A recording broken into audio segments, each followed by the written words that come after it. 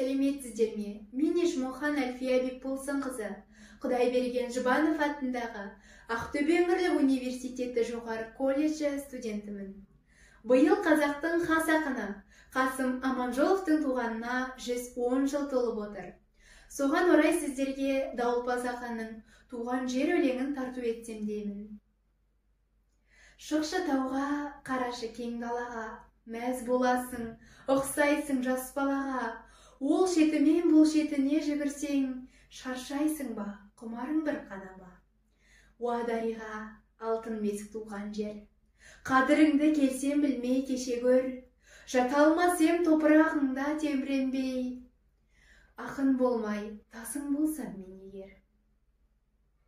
Неткен байтақ, неткен ұлы жер едің, нендей күйге жүрегімді бөледің.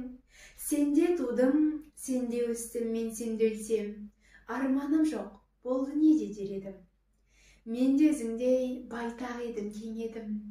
Қызығыңды көріп еркін келемін. Сен де аямай бердің маған барыңды, мен де аямай барым саған беремін. Болдым ғашық, туған дала мен саған. Алыс жүрсем, арманым сен аңсаған. Жақын жүрсем, мен төреңде рахаттың. Өз сәветім, өзім туған босағам.